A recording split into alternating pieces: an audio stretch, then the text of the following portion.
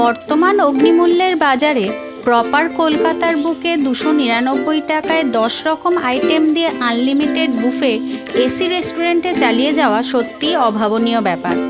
বলছি serenity cafe দি বিস্ট্রোর কথা, যার কাহিনী একটু অন্যরকম। প্রথমেই রঙিন টবে এরকম সবুজের সমারোহ রেস্টুরেন্টের প্রতি আলাদা আকর্ষণের মাত্রা যোগ করে। এটি একটি বুটিক ক্যাফে, যার প্রতিষ্ঠাতা দুজন আন্টি, অপর্ণা ও মঞ্জুলা, যারা সম্পর্কে ননদ বৌদি। রেস্টুরেন্টের আউটসাইড অ্যাম্বিয়েন্সই এত সুন্দর যে মন ভালো হয়ে যায়।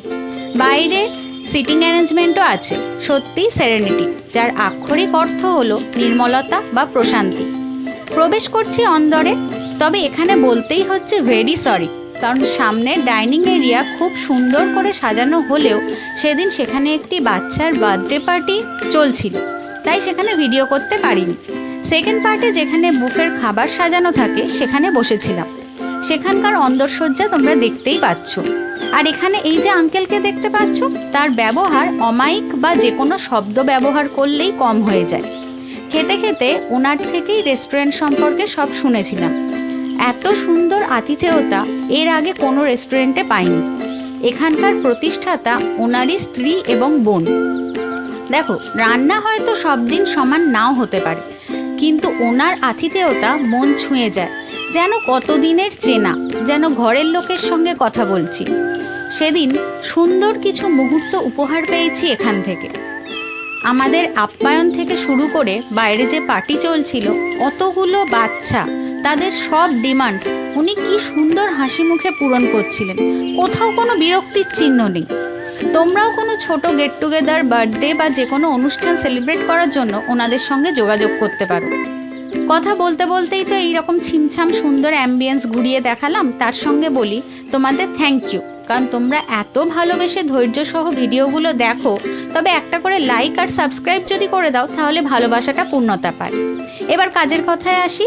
এখানে বুফে ছাড়াও অনেকগুলো কম্বো পাওয়া যায়, সেটা দেখলে এখান থেকে দেখে নিতে পারো। এছাড়া এখানে পার পারসন পার প্লেট, অর্থাৎ স্টার্টারের পর যদি তুমি প্লেট চেঞ্জ করে মেন কোর্স নিতে চাও, সেটা কিন্তু এখানে পারবে না। এটা হলো সেদিনের বুফে মেনু। প্রতি সপ্তাহে মেনু চেঞ্জ হয়। এবার বুফে সেকশনটা একটু ঘুরে দেখো। মকটেল, স্যুপ এখানে, এছাড়াও আছে স্টার্টার আইটেম। তখনও একটা স্টার্টার ছাড়া দুটো স্টার্টার দেয়নি, বললেন গরম সার্ভ করবেন, কারণ এসিতে ঠান্ডা হয়ে যাবে। তারপর পাশেই ছিল ভেজ হাক্কা নুডলস আর পনির মাঞ্চুরিয়ান। এরপর মেনুতে ছিল, দেখলাম কি লেখা আছে, এশিয়ান গ্রিন রাইস, বাট এখানে নর্মাল এগ ফ্রাইড রাইস ছিল, আর থাই চিকেন গ্রিন কারি। অরেঞ্জ ফ্লেভারের এই মকটেল ছিল সত্যিই রিফ্রেশিং আর আনলিমিটেড, যেটা আরও ভালো। প্রথমে খেয়াল করিনি, তবে পরে দেখলাম পাশে একটা ছোট্ট বাকেটে ছিল আইস কিউবস, যার যেরকম প্রয়োজন সে সেখান থেকে নিয়ে নিতে পারবে।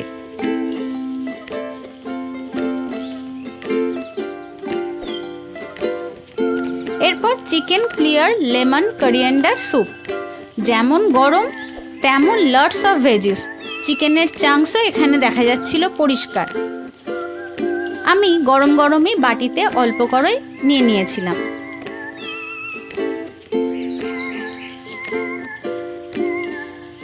দেখতেই পাচ্ছ কত ভেজিটেবলস ছিল এর মধ্যে।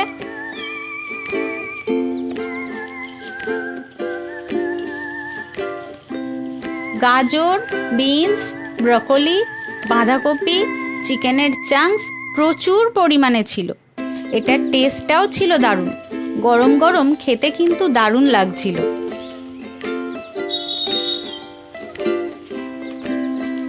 এরপর স্টার্টার মেনুতে ছিল veg 99, fish pakora, Korean chicken. Veg 99 প্রথমে নিলাম 2 পিস। সুন্দর স্প্রিং অনিয়ন দিয়ে ডেকোরেশন করা ছিল। ভেজ হলেও দেখতে বেশ লোভনীয় ছিল। এবার মেনুতে ছিল ফিশ পকোড়া, কিন্তু সার্ভ করা হয়েছিল চিকেন পকোড়া। হয়তো বার্থডে পার্টি বা বাচ্চাদের জন্য কিছু সেদিন অদল বদল করা হয়েছিল। এরপর মেনুতে ছিল কোরিয়ান চিকেন, কিন্তু এখানে সার্ভ করা হয়েছিল কোরিয়ান ফিশ। এটাও বেশ স্পাইসি দেখতে ছিল, অনেকটা ড্রাই চিলি চিকেনের মতো। বড় বড় পেঁয়াজ কুচি, ক্যাপসিকাম, স্প্রিং অনিয়ন এখানে দেখা যাচ্ছে। প্রথমে ট্রাই করছি এবার ভেজ 99, যেটা খুবই সফট ছিল।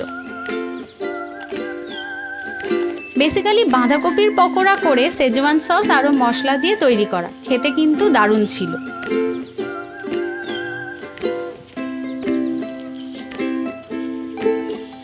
এরপর যেটা ট্রাই করছি সেটা ওই কোরিয়ান চিকেন, কিন্তু দেওয়া হয়েছিল কোরিয়ান ফিশ। এটা আমি ফার্স্ট টাইম খাবো কোনো কোরিয়ান ডিশ। তখনও জানতাম না ওটা ফিশ কিনা, কারণ মেনুতে ছিল কোরিয়ান চিকেন। তারপর এটা ওনারা বললেন মঙ্গোলিয়ান সসে টস করা ছিল, এটাও কিন্তু খেতে ভালোই ছিল, আর মাছটাও বেশ নরম আর ফ্রেশ ছিল। এরপর চিকেন পকোড়া, বেশ ক্রিস্পি আউটার লেয়ার, এটা উইথ বোন ছিল। প্রথমে তো ছাড় ছিল না, তারপর আবার অন্যটা ট্রাই করলাম।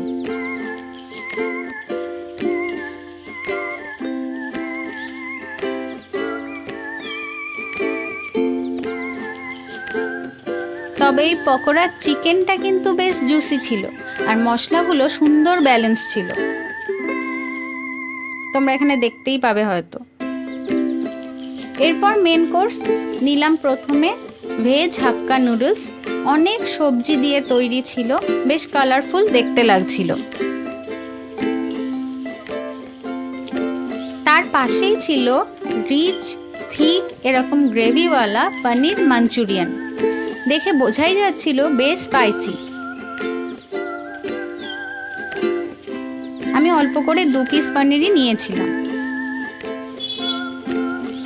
একই সঙ্গে নিয়ে নিলাম এগ ফ্রায়েড রাইস, মেনুতে এটা ছিল এশিয়ান গ্রিন রাইস। আমি তখনই যদিও গুগলে সার্চ করে দেখেছি, এশিয়ান গ্রিন রাইস দেখতে কিন্তু গ্রিন কালার হয়, স্বাদে দুটো এক হয় কিনা জানি না, কিন্তু দর্শনে দুটো আলাদা রেসিপি। তবে এটাতে কড়াইশুঁটি ও ডিমের পরিমাণ বেশ ভালো পরিমাণে ছিল।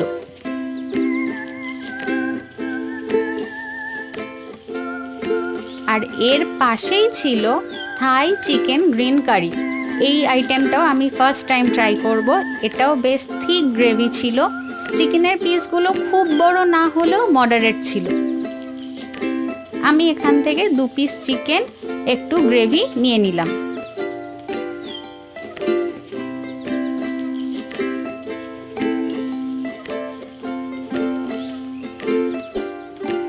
এবার খাওয়ার পালা। প্রথমে নুডলসের সঙ্গে পনির মাঞ্চুরিয়ানের গ্রেভিটা ভালো করে মাখিয়ে নিলাম। পনিরটা খুব একটা সফট ছিল না, হয়তো বেশি ভাজা হয়ে গেছিল।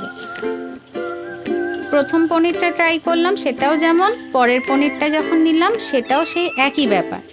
তবে খেতে কিন্তু বেশ ভালোই ছিল।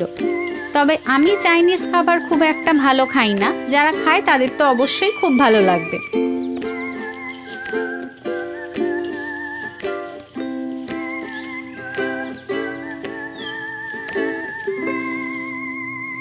এবার ফ্রায়েড রাইস আর চিকেন ট্রাই করছি।